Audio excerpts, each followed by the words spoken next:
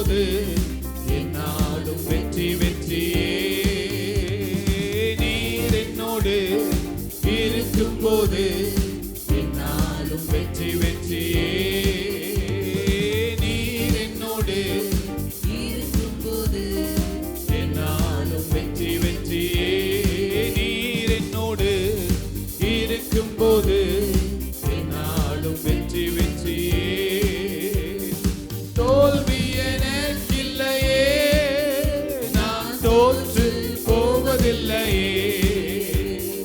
தோல்வி எனக்கில்லையே, நான் தோற்று போவதில்லையே. தோல்வி எனக்கில்லையே, நான் தோற்று போவதில்லையே. ஹல்லேலூயா ஹல்லேலூயா ஹல்லேலூயா ஹல்லேலூயா. Hallelujah, hallelujah, hallelujah, hallelujah. Hallelujah, hallelujah, hallelujah. நீர் என்னோடு இருக்கும் போது என்னாலும் வெற்றி வெற்றியே. பாடுவோமா? நீர் என்னோடு இருக்கும் போது என்னாலும் வெற்றி வெற்றியே. மலைகளை தாண்டிடுவேன், கடும் பள்ளங்களை கடந்திடுவேன். இந்த உலகத்துல நமக்கு உபத்திரவங்கள் உண்டு, ஆனாலும் திடன் கொள்ளுங்கள், நான் உலகத்தை ஜெயித்தேன் என்று சொன்ன ஆண்டவர் ஒவ்வொருவருக்கும் ஜெயத்தை கொடுக்க போதுமானவராய் இருக்கிறார். மலைகளை தாண்டிடுவேன், கடும் பள்ளங்களை கடந்திடுவேன். ஆமென். மலைகளை தாண்டிடுவேன், கடும் பள்ளங்களை கடந்திடுவேன். ஆமென். சதிகளை முறியடிப்பேன், அந்த சாத்தானை ஜெயித்திடுவேன். சதிகளை முறியடிப்பேன், அந்த சாத்தானை ஜெயித்திடுவேன். ஹல்லேலூயா ஹல்லேலூயா ஹல்லேலூயா ஹல்லேலூயா. Hallelujah, hallelujah, hallelujah. Hallelujah. Hallelujah, hallelujah. Hallelujah, hallelujah, hallelujah. நீர் என்னோடு இருக்கும் போது என்னாலும் வெற்றி வெற்றியே. நீர் என்னோடு இருக்கும் போது என்னாலும் வெற்றி வெற்றியே. சிறைச்சாலை கதவுகளும் என் துதியினால் உடைந்து விடுமே.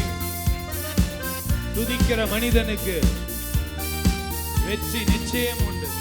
எரிகோ கோட்டையை முறியடித்தவர், சங்கிலிகளை அறுத்த ஆண்டவர். ஆமென். சிறைச்சாலை கதவுகளோ என் துதியினால் உடைந்திடுமே. சிறைச்சாலை கதவுகளோ என் துதியினால் உடைந்திடுமே. அபிஷேகம் எனக்குள்ளே, நான் பாடி பாடி மகிழ்ந்திடுவேன். ஆமென். அபிஷேகம் எனக்குள்ளே, நான் பாடி பாடி மகிழ்ந்திடுவேன். ஹல்லேலூயா Hallelujah, hallelujah. ஹல்லேலூயா Hallelujah, hallelujah. ஹல்லேலூயா. Hallelujah, hallelujah.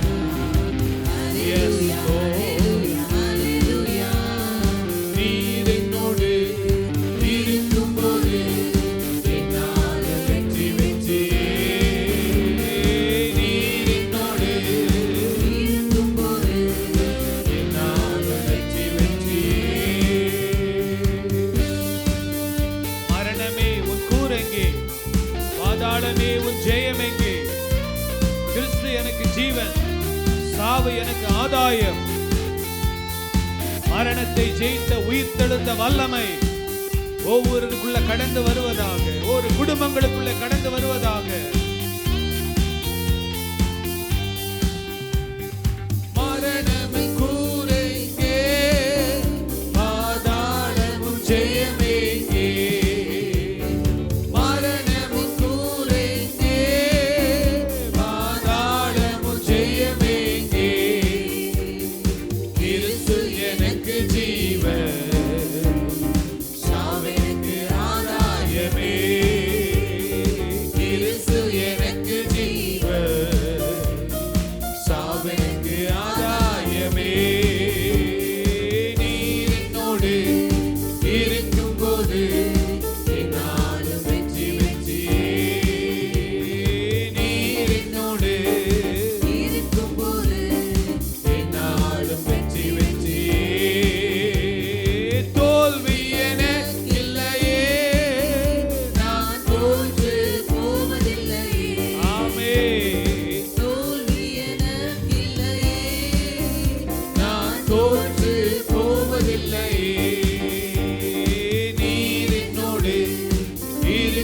போது என்னாலும் வெற்றி வெற்றியே. நீர் என்னோடு இருக்கும்போது என்னாலும் வெற்றி வெற்றியே. ஹல்லேலூயா ஹல்லேலூயா ஹalleluya ஹல்லேலூயா ஹalleluya ஹல்லேலூயா ஹalleluya ஹalleluya ஆமென். ஹalleluya ஹalleluya ஹalleluya. எத்தனையோ நன்மைகளை என் வாழ்வில் செய்தாரே, ஏராளமாய் நன்றி சொல்வேன். எத்தனையோ நன்மைகளை என் வாழ்வில் செய்தாரே, ஏராளமாய் நன்றி சொல்வேன். அத்தனையும் நினைத்து நினைத்து நான் துதிப்பேன், ஆண்டவரை போற்றுவேன். அத்தனையும் நினைத்து நினைத்து நான் துதிப்பேன், ஆண்டவரை போற்றுவேன். நன்றி சொல்லாமல் இருக்கவே முடியாது பல நன்மை செய்த இயேசுவுக்கே. நன்றி நன்றி நன்றி என்று சொல்லி நான் துதிப்பேன், நாள்தோறும் போற்றுவேன். உம்மை நாள்தோறும் போற்றுவேன். நன்றி சொல்லாமல் இருக்கவே முடியாது பல நன்மை செய்த இயேசுவுக்கே. நன்றி நன்றி நன்றி என்று சொல்லி நான் துதிப்பேன், நாள்தோறும் போற்றுவேன். உம்மை நாள்தோறும் போற்றுவேன். மரணப் பள்ளத்தாக்கில் நான் நடக்கும் போதெல்லாம் பாதுகாத்தீரையா.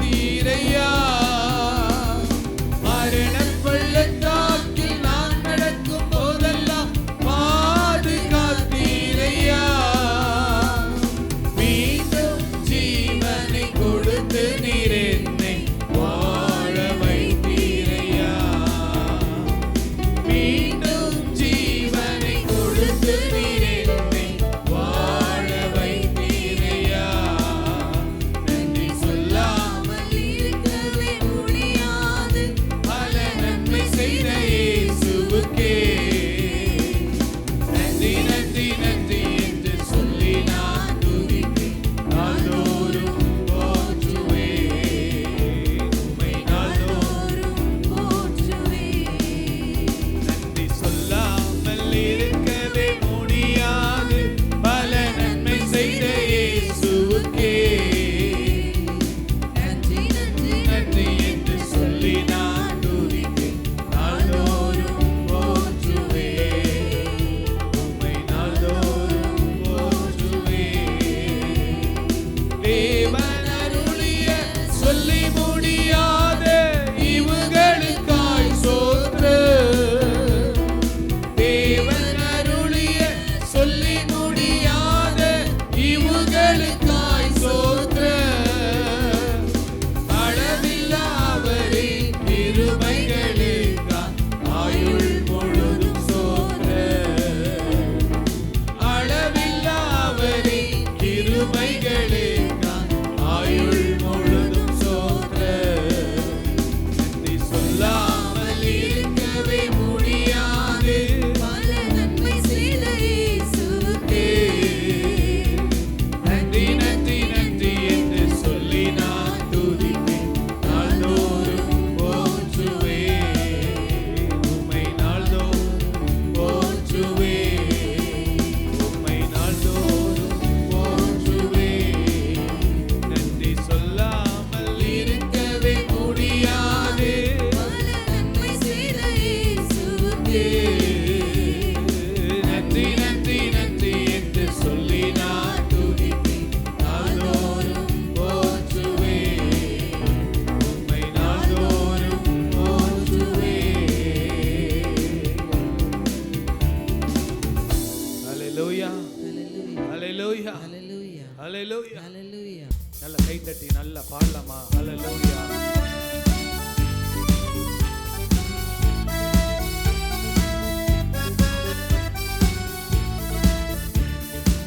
பயப்படாதே வலக்கரத்தாலே பாதுகாப்பே. ஆண்டவருடைய பாதுகாப்பு உண்டு. ஸ்தோத்திர பயப்படாதே வலக்கரத்தாலே பாதுகாமே என்றதாலே. ஸ்தோத்திர பாசம் மேல் நீ வைத்ததினால் பறிக்க இயலாதவரும் என்னை. பாசம் மேல் நீ வைத்ததினால் பறிக்க தேவரும் என்னை. என்னை மறவா இயேசுநாதா, தயவால் என்னை நடத்தும். என்னை மறவா இயேசுநாதா, உந்தன் தயவால் என்னை நடத்தும். உன்னை தொடுவோன் என் கண்மணியே தொடுவதாக உரைத்ததா. ஸ்தோத்திரம் சொல்லுங்க. ஸ்தோத்திரம். உன்னை தொடுவோன் என் கண்மணியே தொடுவதாக உரைத்ததாலே. ஸ்தோத்திரம். அக்கினியே மதிலாக அன்பரே என்னை காத்திடுமே. அக்கினியே மதிலாக அன்பரே என்னை காத்திடுமே. என்னை மறவா இயேசுநாதா, உந்தன் தயவால் என்னை நடத்தும். என்னை மறவா இயேசுநாதா, உந்தன் தயவால் என்னை நடத்தும். என்னை முற்றும் ஒப்புவித்தேனே, இன்று என்றும் நடத்துவீரே. ஸ்தோத்திரம். என்னை முற்றும் ஒப்புவித்தேனே, இன்று என்றும் நடத்துவீரே. ஸ்தோத்திரம். எப்படியோ உம் வருகையிலே ஏழை என்னை சேர்த்திடுமே. எப்படியோ வருகையிலே ஏழை என்னை சேர்த்திடுமே. என்னை மறவா இயேசுநாதா, உந்தன் தயவால் என்னை நடத்தும். என்னை மறவா இயேசுநாதா, உந்தன் தயவால் என்னை நடத்தும். அல்லேலூயா, அல்லேலூயா. டாடி பாருங்க, என்னை முற்றும் ஒப்புவித்தேனே, ஏற்று என்னை நடத்தும். என்னை முற்றிலுமாய் அர்ப்பணித்தேன். நான் ஜெபம் பண்ண, ஆண்டவரே இந்த வாரத்தில் இந்த பாட்டை பலமுறை பாடி என்னை முற்றும் ஒப்புவித்தேனே ஆண்டவரே, என்னை எதெல்லாம் ஒப்புவிக்கணும் அப்படின்னு சொல்லும்போது பாருங்க, அநேக காரியங்கள் ஆண்டவர் எனக்கு வெளிப்படுத்தினார். பாருங்க, உன் ஜீவனை நீ ஒப்பு கொடுக்க வேண்டும். நல்லா சொல்லுங்க, உன் ஜீவனையே நீ ஒப்பு கொடுக்கணும்.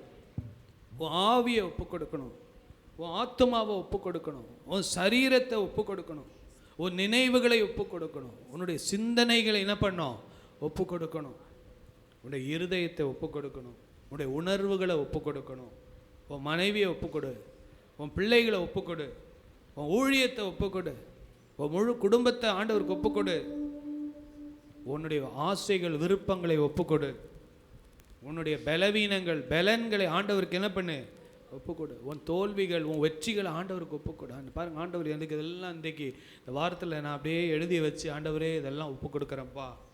உன் நண்பர்களை ஒப்புக்கொடு, உன் உறவுகளை ஒப்புக்கொடு, உன் பணத்தை ஒப்புக்கொடு, உனக்கு உண்டான எல்லா நிலங்கள் எல்லா உன்னுடைய பில்டிங் எல்லாத்தையும் ஆண்டவர்கிட்ட ஒப்புக்கொடு. உனக்கு உண்டானவைகளையே ஆண்டவருக்கு என்ன பண்ணு, ஒப்பு கொடுத்துரு. சாவி ஆண்டவர் கையில் கொடுத்துரு, நான் உன்னை நடத்துவேன்னு ஆண்டவர் சொல்கிறார். ஹல்லேலூயா, ஹல்லேலூயா. இன்றைக்கி ஆண்டவர் கையில் நம்முடைய வாழ்க்கையின் சாவியை கொடுத்துருங்க. ஆண்டவர் நம்மளை நடத்த கர்த்தர் போதுமானவராக இருக்கிறார். என்னை முற்றும் ஒப்புவித்து என்னை ஏற்று என்றும் நடத்துவீரே. ஸ்தோத்திரம். இந்த பாடலை இந்த அடியை ஒரு அர்ப்பணிப்போடு பாடணும்.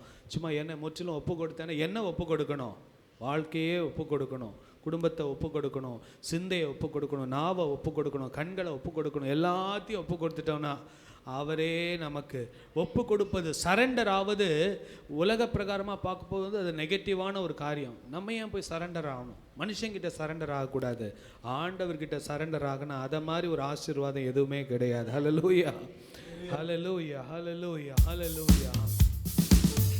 என்னை முற்றும் ஒப்புவித்தேனே, ஏற்று என்றோ நடத்துவீரே. ஸ்தோத்திரம்.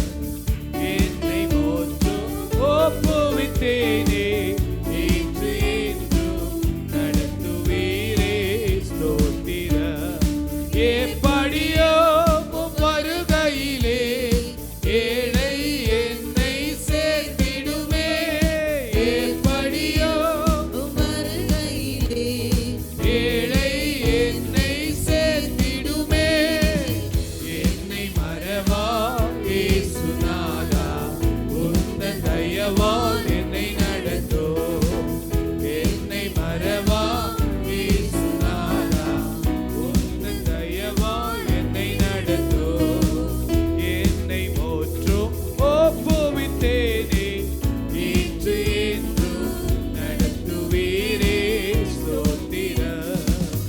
என்னை போற்றும் ஒப்புவித்தேனே, இன்று என்றும் நடத்துவீரே ஸ்தோத்திரம். எப்படியோ உம் வருகையிலே என்னை சேர்த்திடுமே, எப்படியோ உம் வருகையிலே என்னை சேர்த்திடுமே, என்னை மறவா இயேசுநாதா, உந்தன் தயவால் என்னை நடத்தும், என்னை மறவாத ஒரு தெய்வம் நமக்கு உண்டு. தயவால் அவர் நம்மை தயவாய் நடத்துவார். என்னை மறவாய். இயேசுநாதா, உந்தன் தயவால் என்னை நடத்தும். நல்ல கரங்களை தட்டி வாய்களை திறந்து ஏசப்பா என்னை ஒப்பு கொடுக்கிறேன். நல்ல வாய்களை திறந்து சொல்லுங்க, ஏசப்பா என் வாழ்க்கையை உம்முடைய கரத்தில் ஒப்பு கொடுக்கிறப்பா, என் வாழ்க்கையின் சாவியை உம்முடைய கரத்தில் ஒப்பு கொடுக்கிறேன். ஹல்லேலூயா, ஹல்லேலூயா, ஹல்லேலூயா, ஹல்லேலூயா. நன்றி நன்றி நன்றி நன்றி அப்பா. ஹல்லேலூயா, ஹல்லேலூயா, ஹல்லேலூயா. நன்றி, நன்றியோடு துதிக்கிறோம் ஆண்டவரே. இந்த கரத்தில் எங்களை முற்றிலுமாய் ஒப்பு கொடுக்கிறேன். நல்ல கரங்களை உயர்த்தி நல்ல வாய்களை திறந்து ஹல்லேலூயா, ஹல்லேலூயா, ஹல்லேலூயா, ஹல்லேலூயா. நன்றி அப்பா, நன்றியோடு துதிக்கிறோம், நன்றியோடு துதிக்கிறோம். நல்ல வாய்களை திறந்து சோதரம் பண்ணுங்க. இதை ஆண்டு 2024 மீண்டும் நமக்கு கிடைக்காது. கர்த்தருக்கு நன்றி சொல்லுகிற நாட்கள் இது. மீண்டுமாக 2024 கிடைக்காது. நீங்க விரும்பினாலும் கிடைக்காது.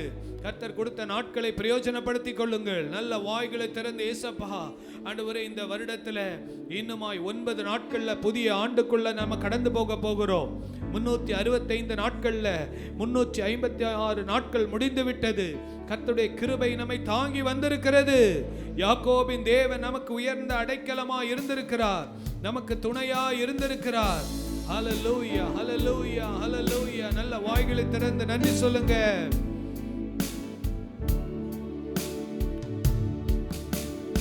ஏதும் இல்லை என்ற கவலை இல்லை, துணையாளர் என்னை விட்டு விலகவில்லை. ஏதும் இல்லை என்ற கவலை இல்லை, துணையாளர் என்னை விட்டு விலகவில்லை. சொன்னதை செய்திடும் தகப்பனவர், சொன்னதை செய்திடும் தகப்பனவர். நம்புவேன் இறுதி வரை, நான் நம்புவேன் இறுதி வரை. உள்ளத்தின் ஆழத்திலிருந்து நம்புவேன் இறுதி வரை. நான் நம்புவேன் இறுதி வரை. ஏதும் இல்லை என்ற கவலை இல்லை, துணையாளர் அவர் நம்மோடு கூட இருக்கிறார். யோசேப்பை சிறைச்சாலையிலும் கர்த்தர் அவரோடு கூட இருந்தார். என்னை விட்டு விலகவில்லை, சொன்னதை செய்திடும் தகப்பனவர். அவர் நமக்கு சொன்னதை செய்திடுவார். நம்புவேன் இறுதி வரை, நான் நம்புவேன் இறுதி வரை. ஆமென். நம்புவேன் இறுதி வரை. நான் நம்புவேன் இறுதி வரை. என் ஓட்டத்தில் நான் தனிமையில்லை, நேசிப்பவர் என்னை வெறுக்கவில்லை. அவர் நம்மோடு கூட இருக்கிறார். நான் தனி சேனைகளின் கர்த்தர் நம்மோடு கூட இருக்கிறார். நேசித்தவர் என்னை வெறுக்கவில்லை. தகப்பன் வீட்டில் கொண்டு சேர்த்திடுவார், தகப்பன் வீட்டில் கொண்டு சேர்த்திடுவார்.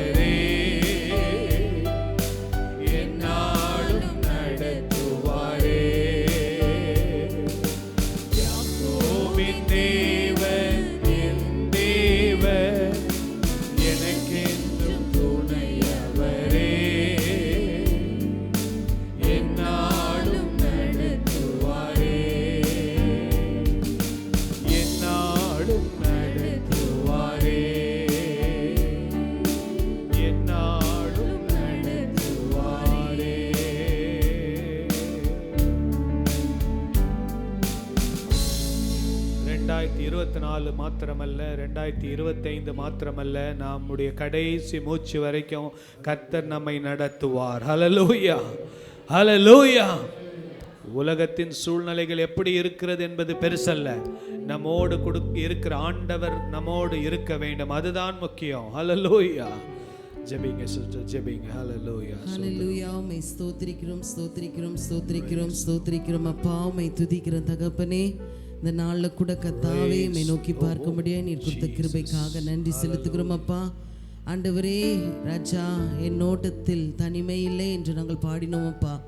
நீர் எங்களோடு கூட இருக்கிறதுக்காக நன்றி செலுத்துகிறோம் அப்பா. நீர் எங்களோடு கூட இருக்கிறதுக்காக நாங்கள் நன்றி செலுத்துகிறோம் அப்பா. ஆண்டவரே, இந்த நாளை எங்களுக்கு நீர் ஆசீர்வாதமாக்கி தரப்போகிறதுக்காக நன்றி அப்பா. வந்த ஒவ்வொரு விசுவாச பிள்ளைகளையும் நீர் அபரிதமாய் நீர் ஆசீர்வதிப்பீராக. இரண்டாம் ஆராதனையும் உம்முடைய கரத்தில் நாங்கள் கொடுக்கிறோம். பலவீனத்தோடு காணப்படுகிற ஆண்டவரே ஒவ்வொருவரையும் தேவன் பலப்படுத்துவீராக. விசேஷமாய் மோசஸ் பிரதருக்கு வேண்டிய நல்ல சரீர சுகம், பலன், ஆரோக்கியத்தை கொடுங்க. அருமையான மகள் டீனாக்காக செபிக்கிறோம். மகளுக்கும் வேண்டிய நல்ல சரீர சுகம், பலன், ஆரோக்கியத்தை கொடுங்க. இன்னுமாய் கர்த்தாவே அப்பா, யாரெல்லாம் பலவீனத்தோடு இருக்கிறார்களோ என் தேவன் ஒவ்வொருவரையும் நீர் பலப்படுத்தி வழி நடத்துவீராக. இந்த வருஷத்தின் கடைசி நாட்களுக்குள்ள நாங்கள் பிரவேசிக்கிறோம் அப்பா. உமக்கு நன்றி செலுத்தும் நாட்களாய் நாங்கள் கர்த்தாவே ஒவ்வொரு நாளும் ஆண்டவரே அப்பா உமக்கு நன்றி செலுத்தும்படியா எங்களுக்கு கிருபை தரும்படியா நாங்கள் செபிக்கிறோம். ஆண்டவரே ராஜா கர்த்தா, புதிய வருஷத்துக்கு எங்களை ஆயத்தப்படுத்தும்படியாய் பழையவைகள் ஒழிந்தன, எல்லாம் புதிதாயின என்ற வார்த்தை நிமித்தமாய் ஒரு புதிய வாழ்வை ஆண்டவரே இந்த புதிய வருஷத்துல எங்களுக்கு நீ தரும்படியாய் நாங்கள் ஜெபிக்கிறோம். ஆண்டவரே உம்மை ஸ்தோத்திரிக்கிறோம். வியாபாரம் செய்கிற பிள்ளைகள், தொழில் செய்கிற பிள்ளைகள், வாகனம் ஓட்டுகிறவர்கள், படிக்கிறவர்கள், ஆண்டவரே கர்த்தாவே சிறு குழந்தை முதல் கொண்டு பெரியோர்கள் வரைக்கும் அப்பா இயேசுவின் இரத்த கோட்டைக்குள்ள நீங்க மூடி மறைத்து கொள்ளும்படியாய் நாங்கள் ஜெபிக்கிறோம். எல்லாவித தீங்குக்கும் எங்களை விலக்கி நீர் காத்துக் கொள்வீராக. ஆண்டவரே, செய்தி கொடுக்கிற தாசனை உம்முடைய கரத்துல நாங்கள் கொடுக்கிறோம். அவருடைய குடும்பத்தை நீர் ஆசீர்வதிப்பீராக. அவருடைய ஊழியத்தை நீர் ஆசீர்வதிக்கும்படியா நாங்கள் ஜெபிக்கிறோம் அப்பா. தொடர்ந்து நீர் ஆளுகை செய்வீராக. இயேசுவின் நாமத்தில் ஜெபிக்கிறோம் நல்லருமை பிதாவே, ஆமென், ஆமென். நாம் யாவரும் எழுந்து நிற்கலாம். வேதாகமத்தை எடுத்துக்கொள்வோம். 18ஆம் சங்கீதம், Psalms 118. கர்த்தரை துதியுங்கள், அவர் நல்லவர், அவர் கிருபை என்றும் உள்ளது. அவர் கிருபை என்றும் உள்ளது என்று இஸ்ரவேல் சொல்வதாக. அவர் கிருபை என்றும் உள்ளதென்று ஆரோனின் குடும்பத்தார் சொல்வார்களாக. அவர் கிருபை என்றும் உள்ளது என்று கர்த்தருக்கு பயப்படுகிறவர்கள் சொல்வார்களாக. நெருக்கத்தில் இருந்து கர்த்தரை நோக்கி கூப்பிட்டேன், கர்த்தர் என்னை கேட்டருளி விசாலத்திலே வைத்தார். கர்த்தர் என் பட்சத்தில் இருக்கிறார், நான் பயப்படேன். மனுஷன் எனக்கு என்ன செய்வான்? எனக்கு அனுகூலம் பண்ணுகிறவர்கள் நடுவில் கர்த்தர் என் பட்சத்தில் இருக்கிறார். என் சத்துருக்களில் சரி கட்டுதலை காண்பேன். மனுஷனை நம்புவதை பார்க்கிலும் கர்த்தர் பேரில் பற்றுதலாய் இருப்பதே நலம். பிரபுக்களை நம்புவதை பார்க்கிலும் கர்த்தர் பேரில் பற்றுதலாய் இருப்பதே நலம்.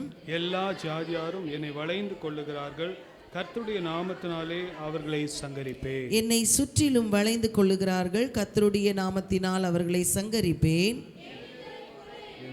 கொள்ளுகிறார்கள், முள் பற்றில நெருப்பை போல அணைந்து போவார்கள், கர்த்தருடைய நாமத்தினாலே அவர்களை சங்கரிப்பேன். நான் விழும்படி நீர் என்னை தள்ளினாய், கர்த்தரோ எனக்கு உதவி செய்தார்.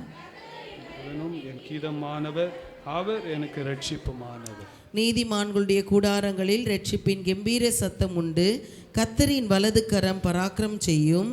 கர்த்தரின் வலது கரம் உயர்ந்திருக்கிறது, கர்த்தரின் வலது கரம் பராக்கிரமம் செய்யும். நான் சாவாமல் பிழைத்திருந்து கர்த்தருடைய செய்கைகளை விவரிப்பேன். கர்த்தர் என்னை வெகுவாய் தண்டித்தும் என்னை சாவுக்கு ஒப்புக் கொடுக்கவில்லை. நீதியின் வாசல்களை திறவுங்கள், நான் அவைகளுக்குள் பிரவேசித்து கர்த்தரை துதிப்பேன். கர்த்தரின் வாசல் இதுவே, நீதிமான்கள் இதற்குள் பிரவேசிப்பார்கள். நீர் எனக்கு செவி கொடுத்து எனக்கு இரட்சிப்பாய் இருந்தபடியால் நான் உம்மை துதிப்பேன். வீடு கட்டுகிறவர்கள் ஆகாதென்று தள்ளின கல்லே மூலைக்கு தலைக்கல்லாயிற்று, அது கர்த்தராலே ஆயிற்று, அது நம்முடைய கண்களுக்கு ஆச்சரியமாய் இருக்கிறது.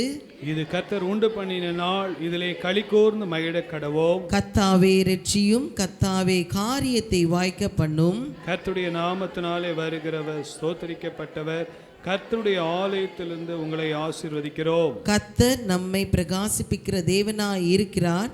பண்டிகை பலியை கொண்டு போய் பலிபீடத்தின் கொம்புகளில் கயிறுகளால் கட்டுங்கள். நீர் என் தேவன், நான் உம்மை துதிப்பேன், நீர் என் தேவன், நான் உம்மை உயர்த்துவேன். எல்லாரும் சேர்ந்து வாசிப்போம். கர்த்தரை துதியுங்கள், அவர் நல்லவர், அவர் கிருபை என்றும் உள்ளது. ஆமென். ஆமென். ஹல்லேலூயா. பாராட்டின தயவுக்கெல்லாம் நான் பாத்திரனல்ல, இவ்வளவும் காட்டின இவ்வளவும் நான் தகுதியுமல்ல. மாறாமலே உடனிருந்தி மறவாமலே காத்துக்கொண்டீ. மாறாமலே உடனிருந்தி மறவாமலே நடத்தி வந்தீ. ஆச்சரியமானவரே, என் வாழ்வின் அதிசயமானவரே. ஆச்சரியமானவரே, என் வாழ்வின் அதிசயமானவரே.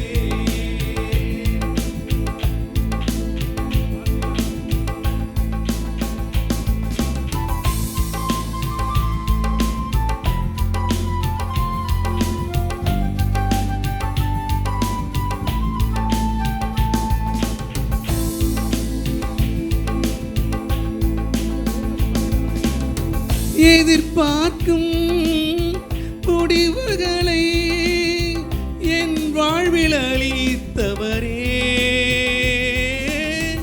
எதிர்பார்க்கும் முடிவுகளை என் வாழ்வில் அளிப்பவரே.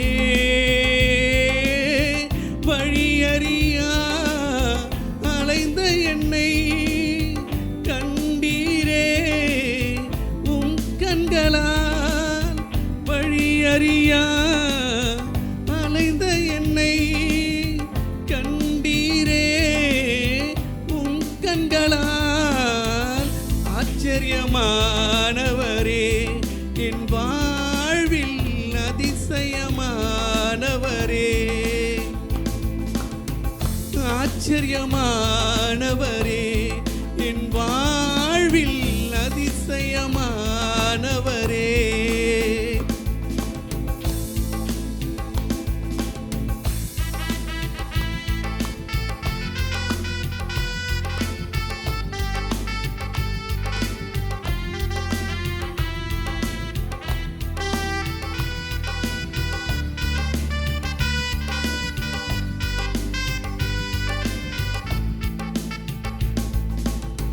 சறுக்களிலும் கண்ணீரிலும் விழுந்திட்ட என் நிலையை. சறுக்களிலும் கண்ணீரிலும் விழுந்திட்ட என் நிலையை.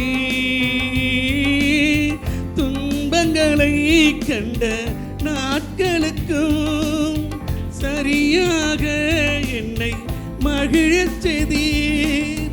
துன்பங்களை கண்ட நாட்களுக்கும் சரியாக என்னை மகிழச் செய்தீர். ஆச்சரியமானவரே, என் வாழ்வில் அதிசயமானவரே. ஆச்சரியமானவரே, என் வாழ்வின் அதிசயமானவரே. என் வாழ்விலே நீர் பாராட்டின தயவுக்கெல்லாம் நான் பாத்திரனல்ல. இதுவரையில் நீர் தாங்கினதற்கும் எவ்வளவும் நான் தகுதியுமல்ல. மாறாமலே உடனிருந்தீர், மறவாமலே காத்துக்கொண்டீர். மாறாமலே உடனிருந்தீர், மறவாமலே காத்துக்கொண்டீர். ஆச்சரியமானவரே, என் வாழ்வில் அதிசயமானவரே. ஆச்சரியமானவரே, என் வாழ்வின் அதிசயமானவரே.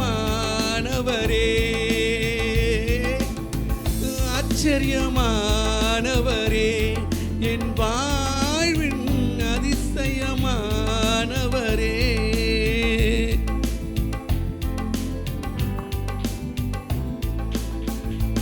அல்லேலூயா. ஆண்டுடைய நாமம் மகிமைப்படுவதாக. இந்த நாளில் நம்ம மத்தியில் அருமையான பாஸ்டர் ஜான் சாமியல் அவங்க வந்திருக்காங்க.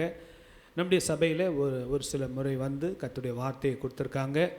கடந்த வாரத்தில் நான் அவரை சந்திக்க கர்த்தர் கிருபை கொடுத்தார். ஸோ இந்த நாளில் 22 இந்த சண்டே வாங்கன்னு கூப்பிட்டோம். கர்த்தர் அவரை கொண்டு வந்திருக்கிறார். நல்ல கரங்களை தட்டி ஆண்டவர் மகிமைப்படுத்துவோமா? Price Lord. கர்த்தருடைய பரிசுத்த நாமத்துக்கு மகிமை உண்டாவதாக. இந்த விசேஷித்த ஆராதனைக்கு வருகை தந்த அனைவருக்கும் ஆண்டவரும் இரட்சகருமாகிய இயேசுவின் நாமத்தினால உங்களை வாழ்த்தி வரவேற்கிறேன். இந்த திருச்சபையில் வைத்து கர்த்தருடைய வார்த்தைகளை விதைப்பதற்கு கர்த்தர் தந்த வாய்ப்புக்காக நான் கர்த்தருக்கு நன்றி செலுத்துகிறேன். அதே போல் வாய்ப்பு தந்த பாஸ்டர்களுக்கு ஐயா நன்றி. God bless you. அன்பான கர்த்தருடைய பிள்ளைகளே, இது கிறிஸ்மஸ் சீசனாக இருப்பதனாலே கிறிஸ்மஸை சார்ந்த ஒரு செய்தி கொடுக்கலாம் அப்படின்னு நான் ஏவப்பட்டேன். ஆனால் முக்கியமாக நம்முடைய வாழ்க்கையில் ஒரு கேரக்டர் டிரான்ஸ்ஃபர்மேஷன் ரொம்ப முக்கியம் என்பதை நான் உணர்த்தப்பட்டேன். கிறிஸ்தவம் என்றால் என்ன என்று கேட்டால் நிறைய பேர் கிறிஸ்மஸ் கொண்டாடுறதும் கேக் வெட்டுறதும் அதெல்லாம் ரைட், அதெல்லாம் கண்டிப்பாக தேவை. ஆனால் நம்முடைய வாழ்க்கையில் அந்த கேரக்டர் டிரான்ஸ்ஃபர்மேஷன் என்று ஒன்று, அந்த குணாதிசயத்தில் ஒரு மாற்றம், ஒரு மறுரூபம் இல்லாதது வரைக்கும் கிறிஸ்தவ வாழ்க்கையில் ஜெயம் கிடையாது. நான் அதை சிந்திச்சுக்கிட்டு தான் ஒரு செய்தியை நான் அமைச்சிட்டு வந்தேன். ஆனால் பாஸ்டர் ஆராதனை வேளையில் அதை வலியுறுத்த எனக்கு ரொம்ப சந்தோஷமாயிட்டு. அதாவது புது வருஷத்தில் நான் போகும்பொழுது ஒரு புதிய இதோடு போகணும் என்று சொல்லி அவர் சொன்னார். பாருங்கள், நமக்கு மெயின் கேரக்டர் டிரான்ஸ்ஃபர்மேஷனுக்கு நிறைய இது நமக்கு அவசியம். அதில் ரொம்ப முக்கியமானது ஒன்று இருக்குது. அது யாராவது கொஞ்சம் கெஸ் பண்ண முடியுமா? என்ன அவசியம்?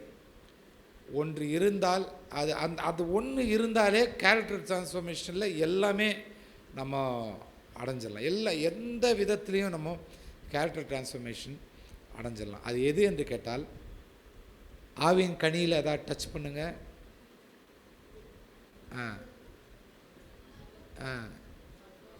அன்பு, சந்தோஷம், சொல்லுங்கள் என்னது? அதான் சமாதானம். இந்த சமாதானம் என்ற ஒன்று, அந்த சமாதானம் என்ற ஒன்று இல்லாததுனால எத்தனை பேர் டிரான்ஸ்ஃபார்ம் ஆகாமல் இருக்கிறாங்க தெரியுமா?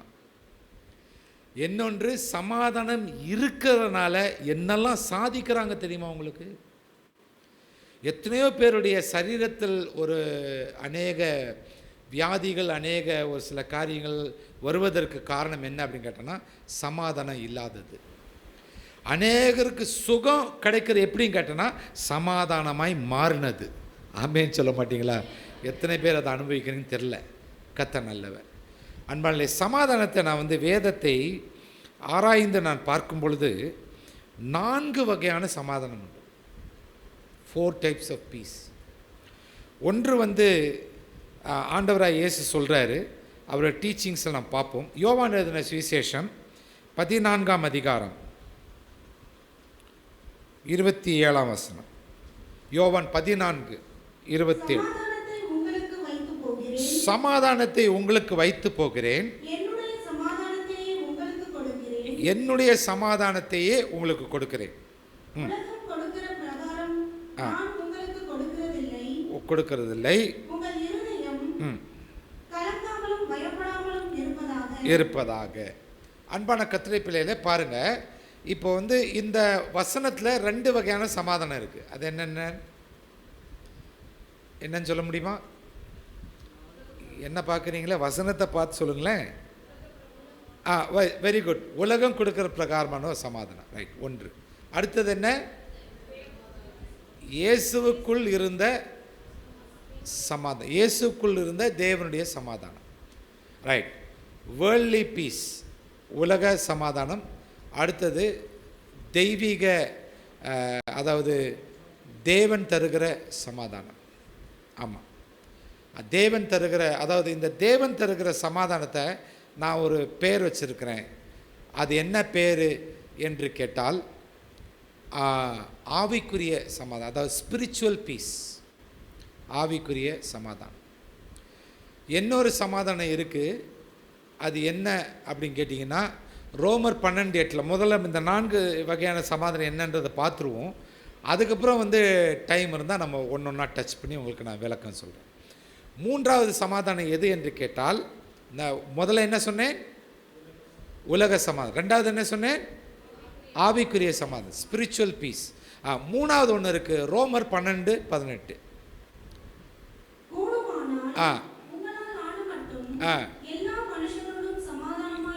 எல்லா மனுஷரோடும் சமாதானமாய் இருங்கள். இந்த கூடுமானால் எல்லா மனுஷனோடும் சமாதானமாய் இருங்கள் என்கிற அந்த வார்த்தைக்கு, இந்த சமாதானத்துக்கு நான் கொடுக்குற பேர் என்னவென்று கேட்டால், முதிர்ச்சி அடைந்தவர்களுக்கு கிடைக்கிற சமாதானம். முதிர்ச்சி உள்ளவர்கள், மெச்சூர்ட் பீஸ், மெச்சூரிட்டி. நிறைய பேருக்கு ஆவிக்குரிய சமாதானம் உண்டு, ஆனால் ஸ்பிரிச்சுவல் பீஸ் இருக்கு. ஆனால் என்ன பீஸ் இல்லை? மெச்சூர்ட் பீஸ் இல்லை. ஒரு சிலர் தேவனோட சமாதானமாக இருக்கிறாங்க, ஆனால் மனுஷனோட சமாதானமாக இல்லை. இது எங்கே போய் சொல்கிறேன்னு தெரில. எனக்கு புரியாத ஒரு புதிர் என்னன்னு கேட்டால், மனுஷன்ற சமாதானமாக இல்லாமல் எப்படி தேவன்கிட்ட சமாதானமாக இருக்கிறாங்க எனக்கு புரியல. கஷ்டமாக இருக்குது. நல்ல கவனிங்க, இது ரொம்ப முக்கியமானது. இந்த 3வது ரொம்ப முக்கியமானது, மெச்சூரிட்டி.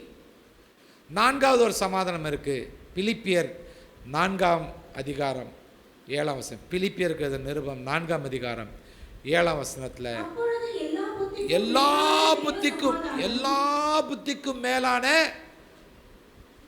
புத்திக்கும் மேலான இந்த சமாதானத்துக்கு என்ன பேர் நான் வச்சிருக்கிறேன் என்று கேட்டால், டிவைன் பீஸ், தெய்வீக சமாதானம்.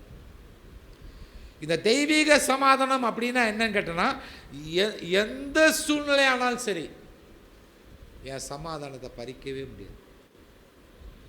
நல்ல கவனிங்க, நான் ஆண்டவருக்கு நன்றி செலுத்துகிறேன். இந்த 4 வகையான சமாதானத்தை அனுபவிச்சுட்டு உங்கள் முன்னாடி நான் நிற்கிறேன். 4 வகையான சமாதானத்தை அனுபவிச்சிட்டேன்.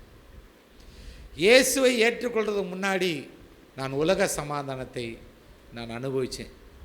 உலக சமாதானம் அப்படின்னா என்ன என்று கேட்டால், மாம்சத்தில் ஏற்படுகிற சமாதானம், நாம் விருப்பத்தின்படி ஏற்படுகிற ஒரு சமாதானம்.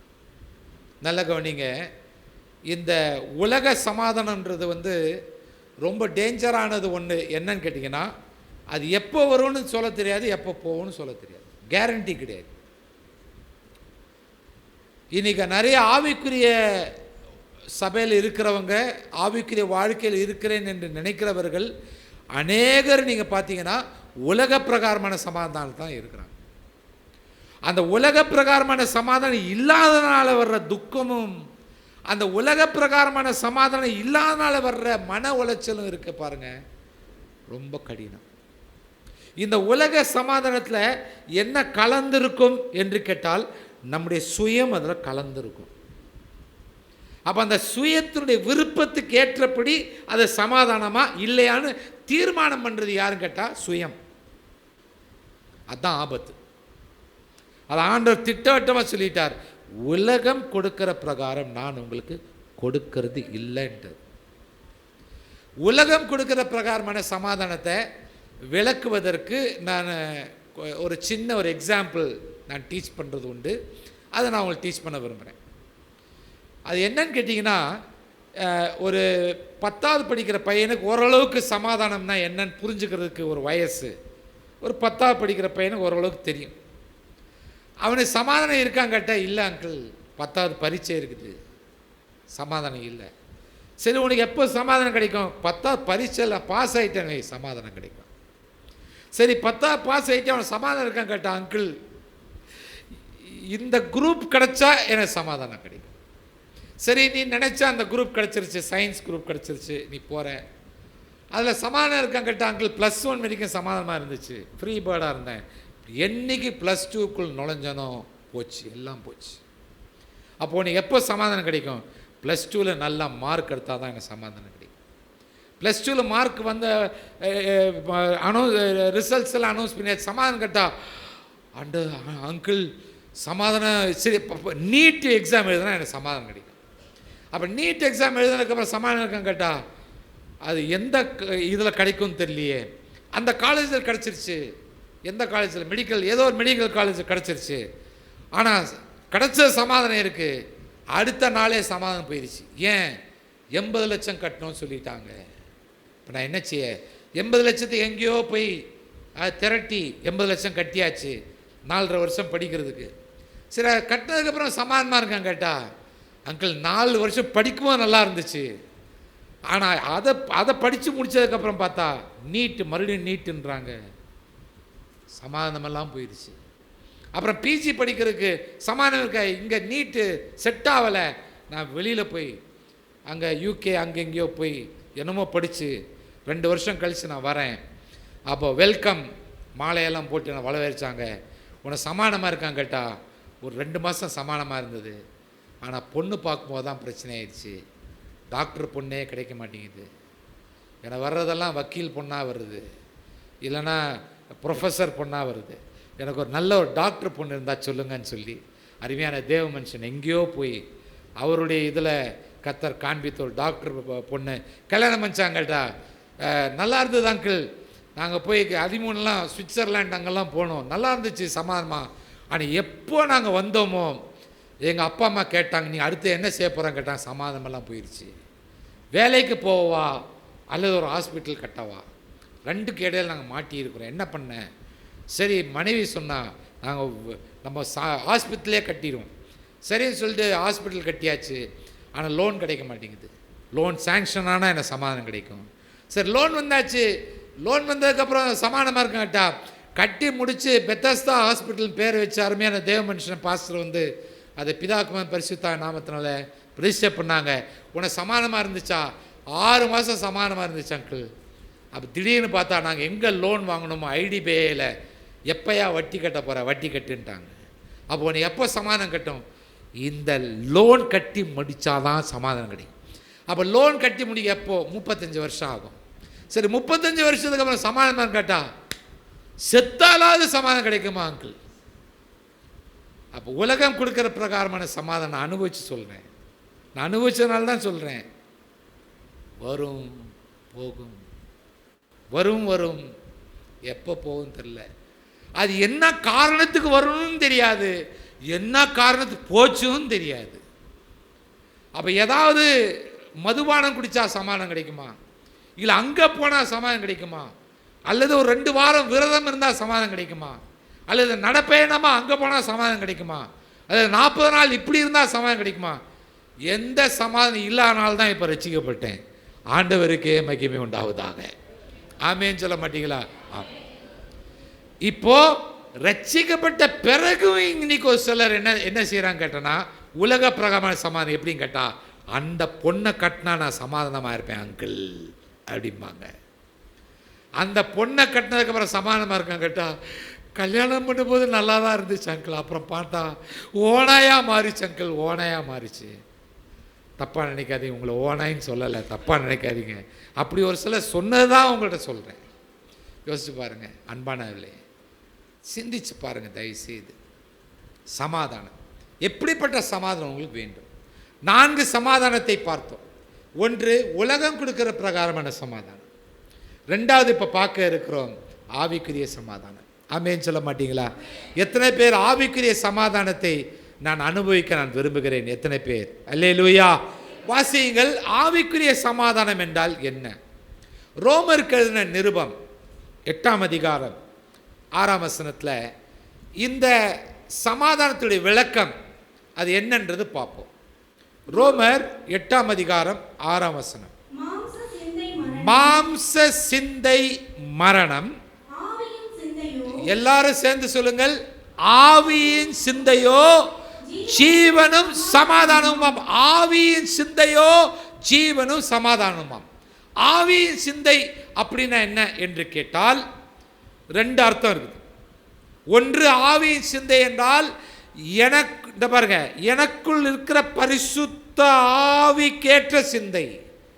அந்த ஆவிக்கு, பரிசுத்த ஆவிக்கு ஏற்ற சிந்தை தான் கிறிஸ்துவின் சிந்தை உடையவனாய் இருக்கிறோம். ஆமென் சொல்ல மாட்டீங்களா? அடுத்தது என்ன என்று கேட்டால், இந்த பூமியில நாம் 2 விதமான வாழ்க்கை வாழ்கிறோம். ஒரு ரட்சிக்கப்பட்டவர் 2 விதமான வாழ்க்கை வாழ்கிறார். ரட்சிக்கப்படாதவர்கள் ஒரே வாழ்க்கையை தான் வாழ்கிறார்கள். அது என்ன என்று கேட்டால், இந்த உலக பிரகாரமான வாழ்க்கை. அது ரட்சிக்கப்படாதவர்கள். ஆனால் ரட்சிக்கப்பட்டவர்கள் 2 வாழ்க்கை. அது எது என்று கேட்டால், இந்த உலக பிரகாரமான வாழ்க்கையும் வாழ்கிறார்கள், அதே நேரத்தில் ஆவிக்குரிய வாழ்க்கையும் வாழ்கிறார்கள். உலக பிரகாரமான வாழ்க்கைன்னா என்ன? படித்து முன்னேறி வேலை செய்து சம்பாதித்து திருமணம் பண்ணி பிள்ளைகளை பெற்றெடுத்து அவங்கள வளர்த்த ஆளாக்கி அவங்கள கரை சேர்த்து பேர பிள்ளைகளை பெற்றெடுத்து கர்த்தருக்கு நல்ல தீர்காயுஸ்தம் கொடுப்பாரானால் பிள்ளைகளையும் பார்த்து ஆமென் சொல்ல மாட்டீங்களா? தீர்காயுசா இருந்து செல்வது. இது உலக பிரகாரமான வாழ்க்கை. ஆவிக்குரியவர்களும் இதை செய்வார்கள். ஆமென் சொல்ல மாட்டீங்களா? இப்போ எத்தனை பேர் புரியுது? இரட்டிப்பான நன்மை நான் உங்களுக்கு தருவேன் என்றால் என்ன? உங்களுடைய இந்த உலகத்துக்குரிய வாழ்க்கையும் ஆசீர்வதிப்பார், ஆவிக்குரிய வாழ்க்கையும் ஆசீர்வதிப்பார். இரட்டிப்பான நன்மைக்கு பல விளக்கங்கள்ல ஒரு விளக்கம். இப்போ இந்த ஆவிக்குரிய வாழ்க்கைனா என்ன என்று கேட்டால், ரட்சிப்பின் அனுபவத்துக்குள் வருவது, ரட்சிக்கப்படுவது, அதுக்கப்புறம் ஞானஸ்நானம் எடுப்பது, அப்புறம் திருச்சபையில் அங்கத்தினராய் இருப்பது, திருவிருந்தில் பங்கு பெறுவது, அப்புறம் தேவ சித்தத்தை நிறைவேற்றுவது, அப்புறம் முடிவு பரிந்த வரைக்கும் நிலை நிற்பது, எந்த சூழ்நிலையானாலும் பின்வாங்காமல் வருகைக்கு ஆயத்தப்படுத்துவது. ஆமென் சொல்ல மாட்டீங்களா? இது ஆவிக்குரிய வாழ்க்கை. ஆமென் சொல்ல மாட்டீங்களா? எத்தனை பேர் 2மே வாழ்கிறீர்கள்? எத்தனை பேர் கைகளை வைத்து ஆமென் ஹல்லேலூயா? எஸ். அப்போ 2வது ஆவியின் சிந்தை என்றால் என்னன்னு கேட்டால், இந்த உலக பிரகாரமான வாழ்க்கையை நீங்கள் கவலைப்படாமல் அதை குறித்து தான் சொல்லார். நீ எண்ணத்தை உண்போம், எண்ணத்தை உடுப்போம், எண்ணத்தை புசிப்போம், எண்ணத்தை குடிப்போம், அதை குறித்து கவலைப்படாதீர்கள். இந்த உலகக்குரிய வாழ்க்கை குறித்து கவலைப்படாதீர்கள். ஆனால் ஆவிக்குரிய வாழ்க்கை குறித்து கவலைப்பட்டே ஆக வேண்டும். ஆவிக்குரிய வாழ்க்கை குறித்து கவலைப்பட்டே ஆக வேண்டும். எபிரேயர் 2ஆம் அதிகாரம் 3ஆம் வசனத்தை வாசிங்க. எபிரேயர் 2:3-4 இல்ல, எபிரேயர் 2:4 வாசிங்க. அற்புதங்களினாலும் பலவிதமான பலத்த செய்கைகளினாலும் தம்முடைய சித்தத்தின்படி பகிர்ந்து கொடுத்த பரிசுத்த ஆவியின் வரங்களினாலும் தேவன் தாமே சாட்சி கொடுத்ததுமாய் இருக்கிற இவ்வளவு பெரிதான ரட்சிப்பை குறித்து நாம் கவலையற்று இருப்போமானால் எப்படி தப்பித்துக் கொள்ள முடியும்? அப்ப ஆவிக்குரிய வாழ்க்கை குறித்து கவலை பற்றி ஆக வேண்டும். அந்த ஆவிக்குரிய வாழ்க்கை பற்றி கவலைப்படுவதுதான் ஆவியின் சிந்தை. ஆமென் சொல்ல மாட்டீங்களா? அதுதான் ஆவியின் சிந்தையினுடைய இன்னொரு அர்த்தம். ஸ்பிரிச்சுவல் தாட், அந்த ஸ்பிரிச்சுவல் அந்த சிந்தனை, அந்த இது. நான் ரட்சிக்கப்பட்டேன், ஆனால் போதாது. ஆமென் சொல்ல மாட்டீங்களா? ரட்சிப்பின் அனுபவம் போதாது. நான் இன்னும் அந்த எண்ணுன்றது தான் நீதி செய்கிறவன் இன்னும் நீதி செய்யட்டும், பரிசுத்தமாக இருக்கிறவன் இன்னும் பரிசுத்தமாக இருக்கட்டும், கர்த்தர் கனி கொடுக்கிறவன் இன்னும் கனி கொடுக்கட்டும், ஆத்துமாதாயம் செய்கிறவன் இன்னும் ஆத்துமாதாயம் செய்யட்டும். அதுதான் ஆவியின் சிந்தை. ஆமென் சொல்ல மாட்டீங்களா? கைகளை வைத்து அல்லேலூயா சொல்ல மாட்டீங்களா? அதுதான் சிந்தை. அது அந்த ஆவியின் சிந்தை தான் சமாதானம். சமாதானம் மாத்திரமல்ல, ஜீவன். ஜீவன் அப்படின்னா என்ன? ஆத்துமா உயிரோடு இருக்கு என்ற அர்த்தம். ஏன் ஆத்மா உயிரோடு இருக்க வேண்டும்? ஏனென்றால் ஆத்மா உயிரோடு இல்லைனா பாவத்தினால் செத்து போச்சு. நீ உயிருள்ளவன் என்று பெயர் கொண்டவனாய் இருந்தும் செத்தவனாய் இருக்கிறாய். ஆத்மா ஜீவனோடு இருக்கு பாருங்க, அதுதான் ஜீவன். ஆமென் சொல்ல மாட்டீங்களா? உயிரோட, உயிர்னா என்ன? உணர்வு. ஆத்மாவில் உணர்வு, ஆத்மாவில் புரிதல், ஆத்மாவில் தெளிவு, அதுதான் ஜீவன். கைகளை வைத்து ஆமென் சொல்ல மாட்டீங்களா? அல்லேலூயா. அப்படிப்பட்டவர்களுக்கு சமாதானம். அவன் ஆண்டவரோடு சமாதானமாய் இருப்பார்கள். They will be at peace with God. அதுதான் spiritual peace. இப்போ அடுத்தது அன்பானே, இந்த ஸ்பிரிச்சுவல் பீஸ் நமக்கு எப்படி வரும் என்று கேட்டால் ஒரே வழி மாத்திரம்தான், சோர்ஸ். ஒரே ஒரு சோர்ஸ் மட்டும்தான். ரோமர் 5ஆம் அதிகாரம் 1ஆம் வசனம். யாரு? Who is that source?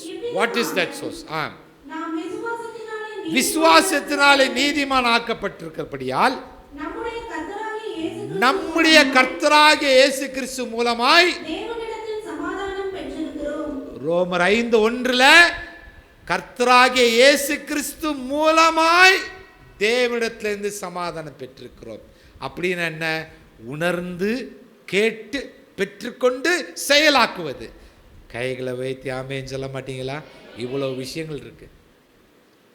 ஆனால் தான் ஆண்டவர் யோவான் 14:27 சமாதானத்தை வைத்து போகிறேன் அப்படின்னு வச்சுட்டு போயிட்டார்.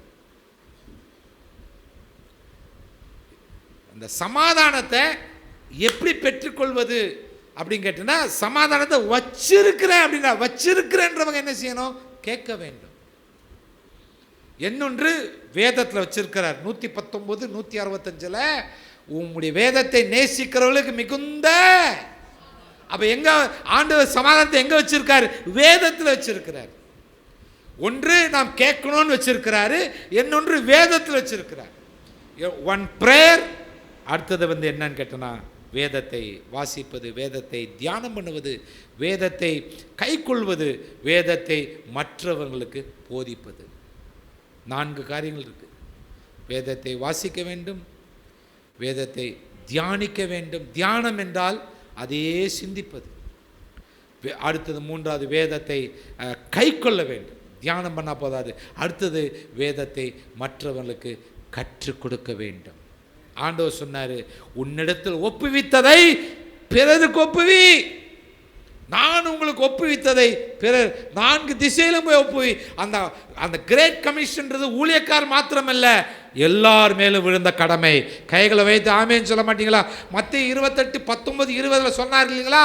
அந்த வசனங்கள் வெறும் சீசர்களுக்கு மாத்திரமல்ல, அத்தனை பேருக்கும் சொன்னார்.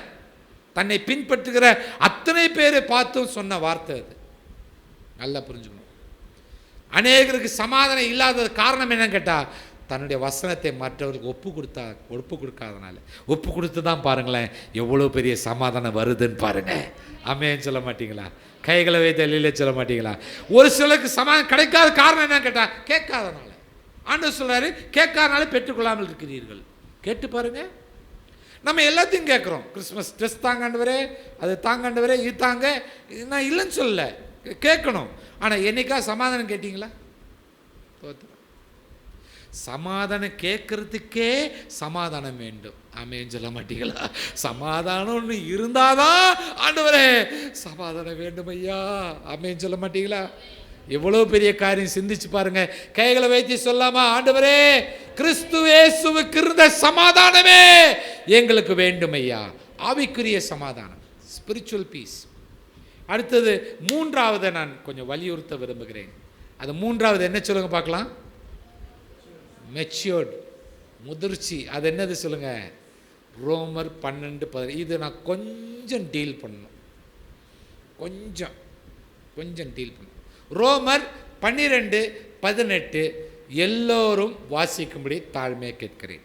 ரோமர் 12:18 தயவுசெய்து எல்லோரும் வேதத்தை திருப்பிக் கொள்ளுங்கள். ரோமர் 12 பேஜ் நம்பர் 221 புது ஏற்பாட்டில் 221 12:18 ரோமன்ஸ் 12:18 எல்லாம் சேர்ந்து வாசிக்கலாமா? கூடுமானால் உங்கள் ஆன மட்டும் எல்லா மனுஷரோடும் சமாதானமாய் இருங்கள் என்கிற வார்த்தை கேட்டோட்டே அநேகருக்கு ஒரு எஸ்கேப் சேனல் கிடைச்சிருச்சு. கூடுமானால்னு சொல்லியிருக்கல்லவா?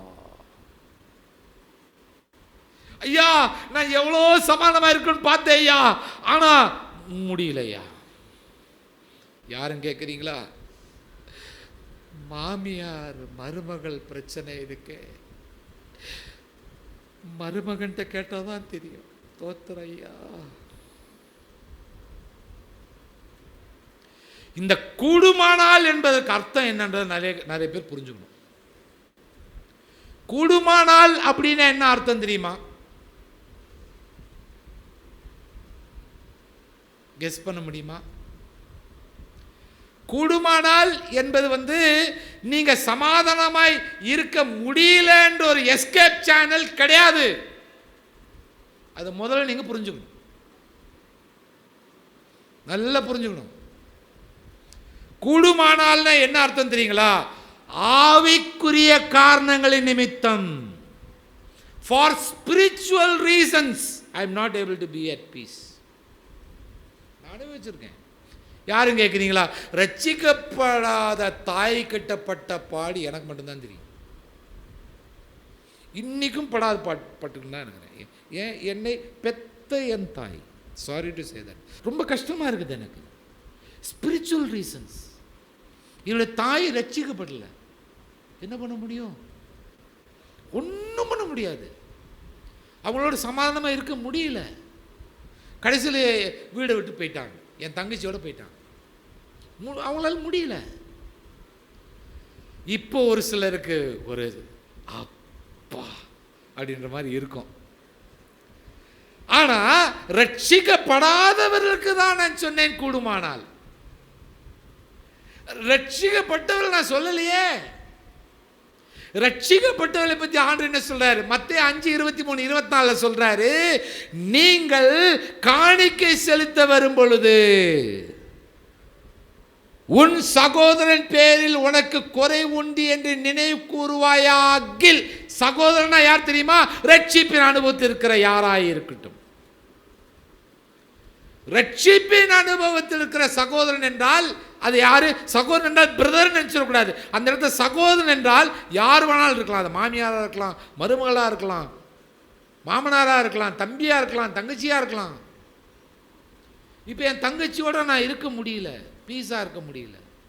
ஏன்னா அவ வேற கடவுளை வணங்குறா. நான் என்ன பண்ண முடியும்? என் கடவுளை பற்றி சொல்ல முடியல. சொன்னா அவ கடவுளை பற்றி பேசுவா. என்ன பண்றது? ஜெபத்தில் தான் வைக்க முடியும், ஜெபத்தில் தான் வைக்க முடியும். அதான் ரோமர் 12:18 கூடுமானால். கூடுமானால்ன்றது ரட்சிக்கப்படாதவர்கள் நிமித்தம் சொன்ன வார்த்தை, ரட்சிக்கப்பட்டவர்களுக்கு சொல்லவில்லை. ரட்சிக்கப்பட்டவர்களுக்கு என்ன உபதேசம் என்று கேட்டால் மத்தேயு 5:24 வாசிங்க.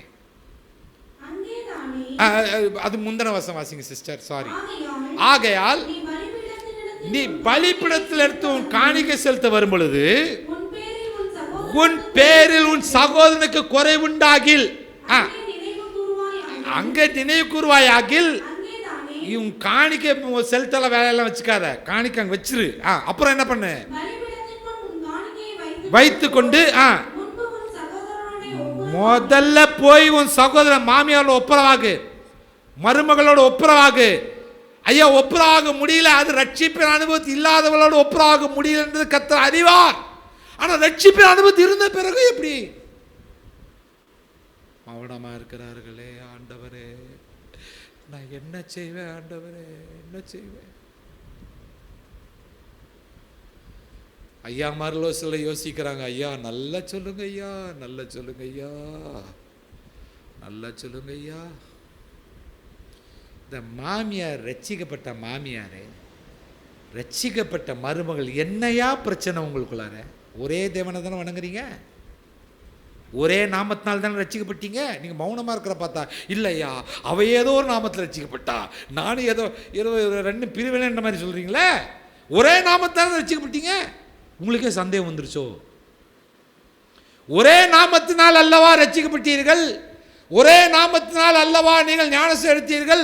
ஒரே நாமத்தினால் அல்லவா நீங்கள் ஆராதிக்கிறீர்கள்? ஒரே நாமத்தில் அல்லவா எல்லாமே இருக்கு. ஏன் அப்போ ஏன் பிரிவினை? ஏன் பிரிவினை? சிந்தியுங்கள், சிந்தியுங்கள், தயவு செய்து சிந்தியுங்கள் தேவ பிள்ளைகளே. எத்தனையோ வருஷம் ஒப்புரவாகாம இருக்கிறீங்க. இன்னும் 2025 இன்னும் வருது, இன்னும் ஒப்புரவாகாமல், இன்னும் கடின இருதயத்தோட அப்படி இருந்தீங்கன்னா ஆண்டவர் எவ்வளவு துக்கப்படுவார், எவ்வளவு துக்கப்படுவார். நீங்க ஆண்டவரோட சமாதானமா இருக்கிறீங்கன்னு சொல்றீங்க, எனக்கு அது புரியல. ஆண்டவரோட சமாதானமாக இருக்கிறவன் சொல்கிறவன் மனுஷனுடைய சமாதானமாக இருப்பான். ஆனால் ஸ்பிரிச்சுவல் ரீசன்ஸுக்கு முடியாது என்பதை கர்த்தரே அறிவார். ஆவிக்குரிய காரணங்களுக்கு முடியாது என்பதை கர்த்தரே அறிவார். ஆனால் ரட்சிக்கப்பட்டவர்கள் மத்தியில் எப்படி சொல்லுங்க பார்க்கலாம். தயவுசெய்து சாக்கு போக்கா சொல்லாதீங்க. இனிமே கூடுமானால் இந்த வார்த்தை சொல்லி எஸ்கேப் ஆகலாம் நினைச்சிடாதீங்க. மாட்டிடுவீங்க. அன்பான கர்த்தருடைய பிள்ளைகளே, ஆண்டவர் சொல்றாரு 1 யோவான் 4:20 சொல்றாரு, கண்ட சகோதரத்தில் அன்பு கூறாதவன் காணாத தேவனிடத்தில் எப்படி அன்பு கூறுவான். அந்த இடத்துல சகோதரன் என்றால் என்ன தெரியுமா? அது மாமியார், மருமகள், அது to whom you are associated with. எந்த மனுஷனை ஓட நீங்கள் சார்ந்திருக்கிறீர்கள், எந்த மனுஷனோடு நீங்கள் டீல் பண்ணுறீங்க, அதுதான் அந்த சகோதரன் என்ற டேர்ம். சகோதரன் சொன்னோடனே நீங்கள் ஓ பிரதர், தம்பி அல்லது அண்ணன் இல்லை, அந்த அர்த்தத்தை சொல்ல. நல்லா புரிஞ்சுக்கணும். அன்பான கர்த்தருடைய பிள்ளைகளே, நான் ஒரு லிஸ்ட் எடுத்துட்டேன். எத்தனையோ முறை லிஸ்ட் போட்டிருக்கேன். எந்த லிஸ்ட்டு? நீங்கள் லிஸ்ட்டு போட்டிருப்பீங்க. எந்த லிஸ்ட்டு? வர கிறிஸ்மஸ்க்கு என்ன வாங்கலான்ற லிஸ்ட் போட்டிருப்பீங்க. செருப்பு 4 ஜோடி, இது ஷர்ட்டு 4, இது சாரி, இப்போ சூரிதார், நைட்டி 4 எல்லாம் போட்டிருப்பீங்க. அதில் லிஸ்ட்டு வந்து நிறைய அவங்க தான் நமக்கு அவங்க லிஸ்ட் போடும்போது கர்ச்சீஃப் 4 இல்லை இது அப்படி தான் போட்டிருப்பாங்க. அது நான் அப்படி தமாஷுக்கு தான் சொன்னேன். ஆனால் என்னைக்காவது ஒரு நாளைக்கு நான் யாரோட சமாதானமாக இல்லைன்ற லிஸ்ட் போட்டிங்களா? போட்டு தான் பாருங்களேன். என் வாழ்க்கையில் என் 28 வருஷம் ஆவிக்கிற வாழ்க்கையில் ஒரு 3-4 தடவை போட்டிருப்பேன் லிஸ்ட்டு. ஃபஸ்ட்டு தடவை போட்டேன், அடேங்க அப்பா அது போயிட்டே இருக்குது. ஐயோ பிடி ப்ளீஸ் டர்ன் ஓவர், அடுத்த சைடு போயிட்டே இருக்குது, நிற்காதா, போயிட்டே இருக்குது அது வாட்டுக்கு லிஸ்ட். ஒரு 3-4 வருஷம் கழிச்சு மறுபடியும் லிஸ்ட் போட்டேன், பாதிக்கு மேலே காணும். தோத்துறேன் ஆண்டவரே, அவர்களோடு கூட நான் ஒப்புரவாயிட்டேன், தோத்துறேன்.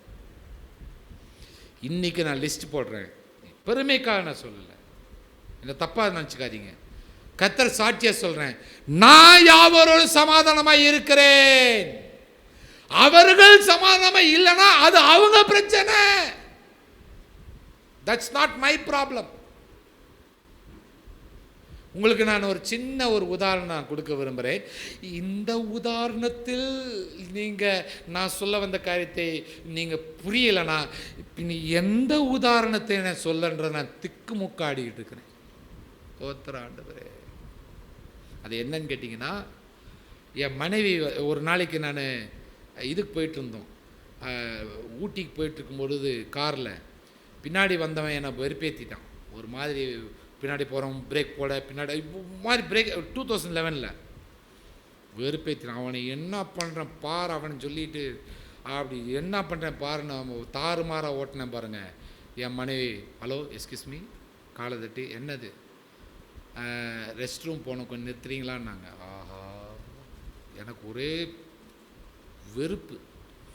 அவனை ஒரு வழி பண்ணலான்னு பார்த்தேன், இவன் ரெஸ்ட் ரூம் வேறு கேட்குறாளேன்னு சொல்லிட்டு சரின்னு சொல்லிட்டு ஒதுங்கிட்டேன். ஆவின் பாலகம்னு ஒதுங்கிட்டேன். ஒதுங்கினோடனே என் மனைவி, என் பசங்க 10 வயசு 11 வயசு, என் பையனை பார்த்து, டேய் தங்கச்சி பார்த்துக்கோ, ரெஸ்ட் ரூம் போயிட்டு நான் அப்பாட்ட பேசுகிறேன். அப்போ என் மனைவி சொன்னா, அத்தான் நீங்கள் ஓட்டுனீங்களே சரிதானா? அவன் அப்படி விட பண்ணான். ஏங்க அவன் தாறுமாறுங்க, அவன் தாறுமாறுனா நீங்களும் தாறுமாறானோன்னு என்னை பலார்னு 2 அறை அரைஞ்ச மாதிரி ஆகிப்போச்சு. ஷோ,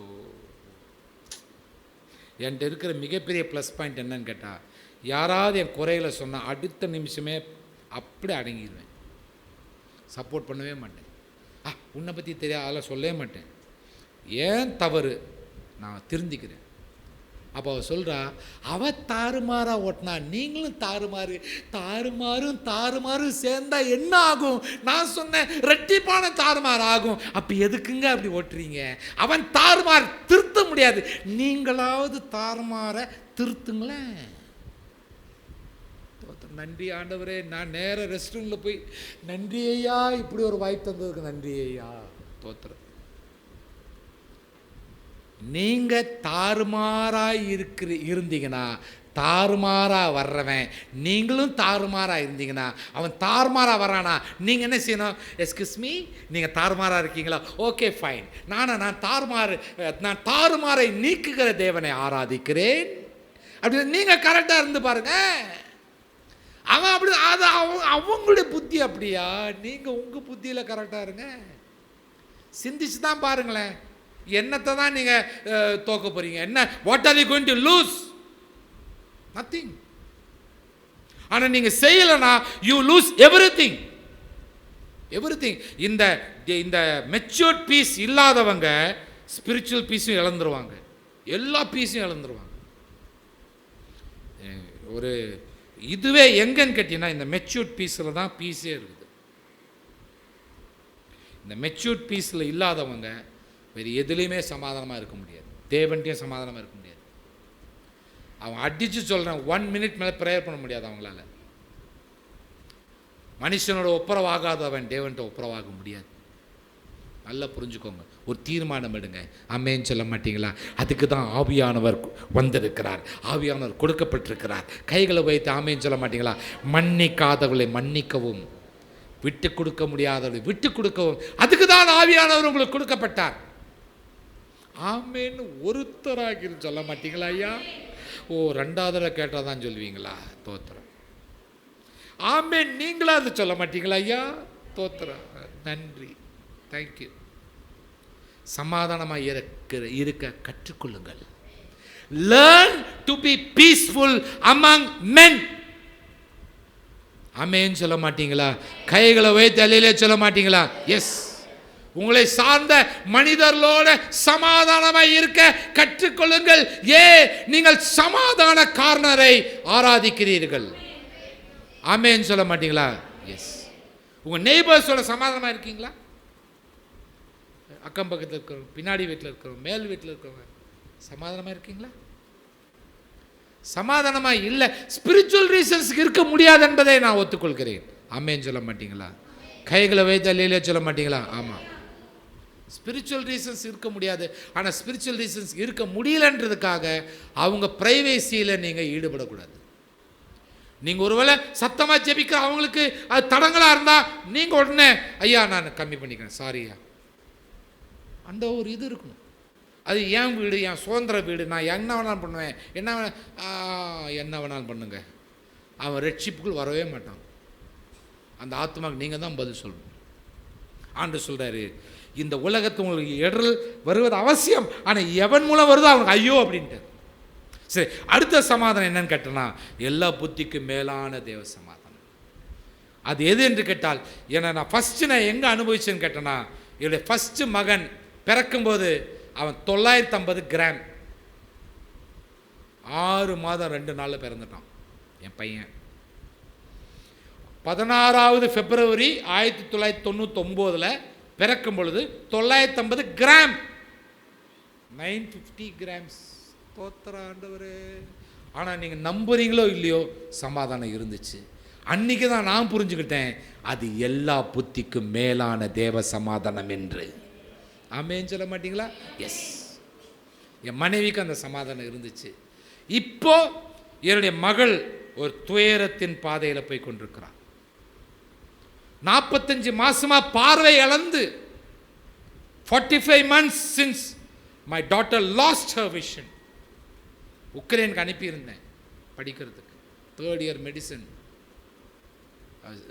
டிபி செஸ்ட்டில் அப்படியே பிரெயினில் அட்டாக் ஆகி கண் பார்வை போயிடுச்சு. கண்ணு மூடினாலும் கருப்பாக இருக்குது, கண்ணு திறந்தாலும் கருப்பாக இருக்குது. 45 மாதம். இப்போ தான் கொஞ்சம் கொஞ்சமாக லைட் ஆன் லைட் ஆஃப் கொஞ்சம் தெரியுது, அப்படி வித்தியாசம் தெரியுதுன்ற அன்பானே. ஆனாலும் ஒரு சமாதானம், என் மகளுக்கும் அந்த சமாதானம். யோசிச்சு பாருங்கள், நாங்கள் கிறிஸ்மஸ்க்கு ஒரு இடத்துக்கு நான் போகிறோம். ஒரு பாஸ்டர், என்னுடைய நண்பர் ஒருத்தர் மதுரவாயில், ஏன் ஒரு பிரான்ச் இருக்கு போகிறீங்களான்னாரு. சரி போகிறேன்யா. அவள் ஃபோன் பண்ணோன்னே, அந்த பாஸ்டர் ஃபோன் பண்ணோன்னே வந்துடுறேன்யா அப்படின்னு. வந்தவாசி பக்கத்தில் கிறிஸ்மஸ் அப்போ நான் என் மகன் குர்காவில் இப்போ தான் 2 வீக்ஸ் முன்னாடி போனான்.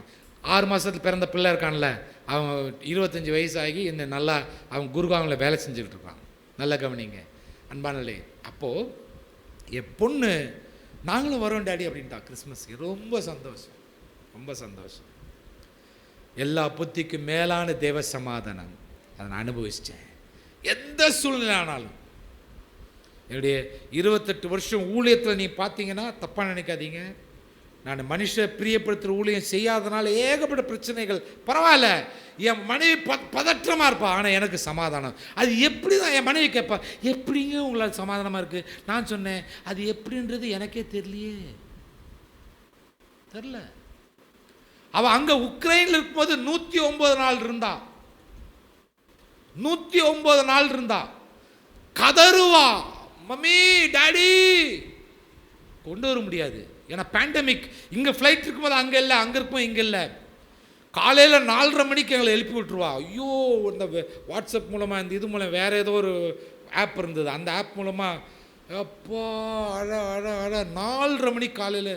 அப்படியே பயம்னா என்னன்ற லிட்ரலி நான் ஃபேஸ் பண்ணேன். இந்த ஸ்பைனல் கார்ட்லேருந்து அப்படியே ஒன்று ஏறும். டெம்பரேச்சர் இந்த இதில் தெர்மாமீட்டரில் ஏறுற மாதிரி அப்படியே ஏறும். அப்படியே ஏறி ஏறி ஏறி பிரெயினில் போய் ஒரு மாதிரி அப்படியே மந்தத்தை கொடுத்து அப்படி திகிலாக இருக்கும். கண்ணை திறந்தா வெளிச்சம் இருந்தாலும் இருட்டா தெரியும். பக்கு பக்கு பக்கு பக்குன்னு இருதயமெல்லாம் பக்கு பக்கு பக்கு பக்கு பக்குன்னு அடிக்கும். உடனே ஷாக்கிள்ஸை உடைச்சி இயேசுவின் நாமத்தில் எந்திரிச்சு அப்படியே ரெஸ்ட் ரூம் போயிட்டு அப்படியே பல்ல விளக்கிட்டு அப்படியே இது பண்ணி அப்படியே அந்த ரூம் போயிட்டு ஒரு நிமிஷம் கூட கிடையாது, ஆண்டவரேன்னு சொல்லும் பொழுது ஒரு சமாதானம் வரும் பாருங்க. உண்மையிலே அப்போ தான் நான் புரிஞ்சுக்கிட்டேன், அது எல்லா புத்திக்கும் மேலான தேவ சமாதானம். அதை என் மனைவி வந்து கேட்குறா, ஏங்க அவள் அங்கே இருக்கிற நீங்கள் எப்படிங்க சமாதானமாக இருக்க முடியுது? அதுதான் எனக்கும் தெரில. அதுதான் எல்லா புத்திக்கும் மேலான தேவ சமாதானம். எல்லா புத்திக்கும் மேலானது. It cannot be explained. It can only be experienced. ஒரு சில ஊழியர்கள் பாருங்க, விரட்டப்பட்டு அவங்க ஒடுக்கப்பட்டு புல்டோசரில் வந்து இதெல்லாம் இடிச்சு, ஒரு சில மிஷனரிஸ் அவங்களுக்கு சமாதானம் இருக்குது. கேட்டால் எப்படின்னு கேட்டால், எல்லா புத்திக்கும் மேலான தேவ சமாதானம். எந்த சூழ்நிலை ஆனாலும் சரி, எந்த பிரச்சனை ஆனாலும் சரி, எந்த ஒரு எதிர்ப்பானாலும் சரி, எந்த ஒரு இதானாலும் சரி, கர்த்தர் என் கூட இருந்த நடத்துகிறார். நமக்கே அது புரிய, எனக்கே சத்தியமாக சொல்கிறேன், நான் அனுபவிச்சிருக்கேன். ஐ am not able to explain, ஆனால் எக்ஸ்பீரியன்ஸ் தான் பண்ண முடியுது. அதுதான் எல்லா புத்திக்கும் மேலான தேவ சமாதானத்தை தருகிற தேவன். கரங்களை வைத்து ஆமேன்னு சொல்ல மாட்டீங்களா? அல்லேலூயா சொல்ல மாட்டீங்களா? இந்த 4 சமாதானத்தில் உங்களுக்கு எந்த சமாதானம் வேண்டாம்? உலகம் கொடுக்குற பிரகாரமானது வேண்டாம். அது வந்துச்சுன்னா இந்த 3 சமாதானம் கெட்டு போயிடும். ஒரு பரிமள தைலத்தை ஒரு செத்தை இருந்தால் போதும். ஒரு உலகத்து, ஆனால் தான் நான் உலகத்தான் அல்லாதது போல நீங்களும் உலகத்தான் அல்லன்றது இப்போ எந்த கான்டெக்ஸ்டில் சொன்னான்ற எத்தனை பேர் புரியுது? அன்பான கர்த்தருடைய பிள்ளைகளே, உலகம் கொடுக்குற பிரகாரமான சமாதானம் வேண்டாம். ஆமென் சொல்ல மாட்டீங்களா? கைகளை வைத்து அல்லேலூயா சொல்ல மாட்டீங்களா? இது உங்களுக்கு பிரயோஜனமாக இருந்திருக்கும் என்று நான் நம்புகிறேன்.